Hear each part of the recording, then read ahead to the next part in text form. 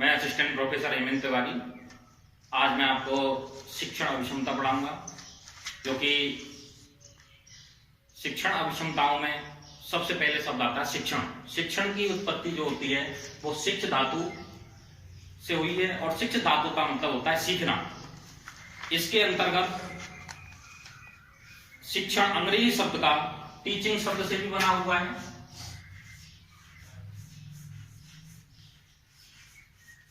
Teaching शब्द से उत्पन्न माना जाता है, जिसका सामान्य उद्देश्य होता है या सामान्य अर्थ होता है शिक्षा प्रदान करने की प्रक्रिया। शिक्षा प्रदान करने की प्रक्रिया।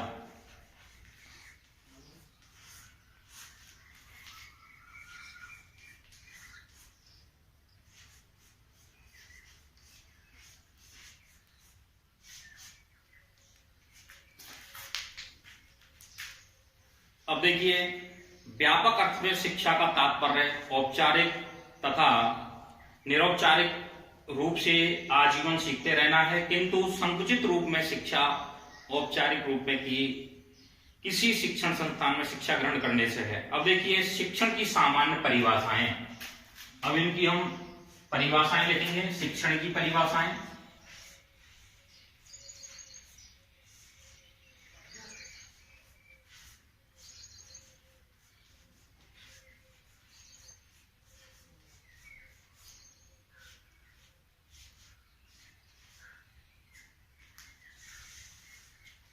शिक्षण की परिभाषाओं में जैसे कि गेज ने कहा है, गेज के अनुसार शिक्षण एक पारस्परिक प्रभाव है जिसका उद्देश्य दूसरे व्यक्ति के व्यवहारों में अपेक्षित परिवर्तन लाना है।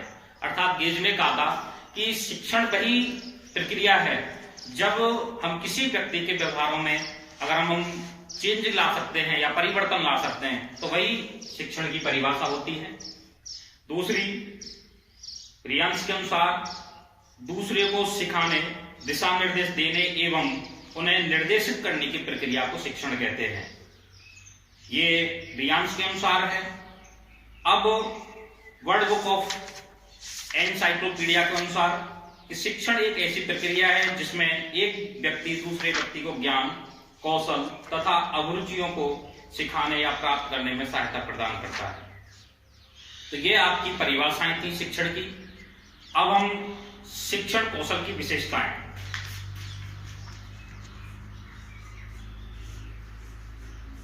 शिक्षण कौशल की विशेषताएं।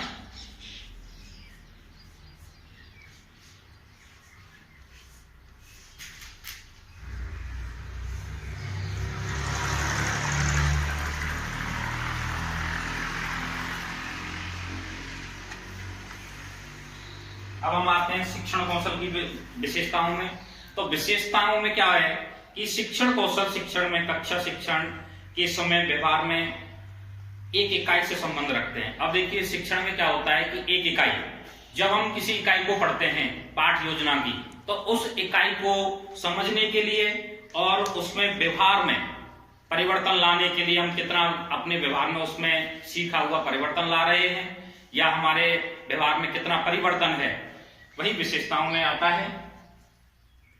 दूसरा है, शिक्षण कौशल के प्रयोग से शिक्षण प्रक्रिया सरल तथा अधिगम सुगम हो जाती है। अब देखिए, अब शिक्षण कौशल के प्रयोग से हम जो पढ़ाते हैं या पढ़ते हैं तो उनमें हमारी जो पढ़ाने की जो तरीका है या पढ़ने का जो तरीका है वो सुगम एवं सरल हो जाता है, जिससे हमें अच्छी तरीके से अधिगम प्रभावी होता है हमारा, और हम बहुत अच्छी तरीके से हम अपने अधिगम को सीख जाते हैं।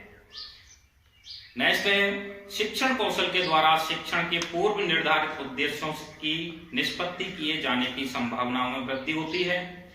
उससे अगली है, शिक्षण कौशल के माध्यम से शिक्षक शिक्षार्थी के मध्य अंतःक्रियाएं प्रभावशाली ढंग से विकसित की जाती हैं। अब देखिए, शिक्षक और शिक्षार्थी के बीच में एक संबंध होता है, शिक्षा का संबंध। और शिक्षा के संबंध में जब हम किसी बच्चे को पढ़ाते हैं, शिक्षा देते हैं, तो उसके व्यवहार में कितना परिवर्तन आ रहा है उस शिक्षण माध्यम के द्वारा, और उसमें कितना लचीलापन है, इस माध्यम के द्वारा बच्चा कितना प्रभावी हो रहा है अपने अधिगम में या कितना नहीं हो रहा, इसके बारे में ये हमारी विशेषताएं हो गई। अब हम पढ़ते हैं शिक्षण कौशलों का विकास।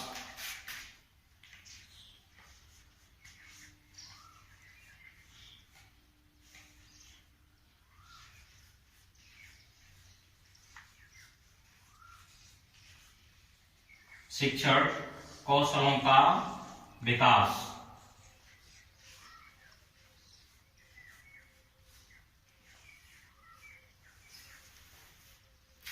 अब शिक्षण कौशलों में क्या होता है कि शिक्षण प्रक्रिया के अंतर्गत एक शिक्षक कौशल में नियोजित एवं समन्वित ढंग से कार्य करते हैं।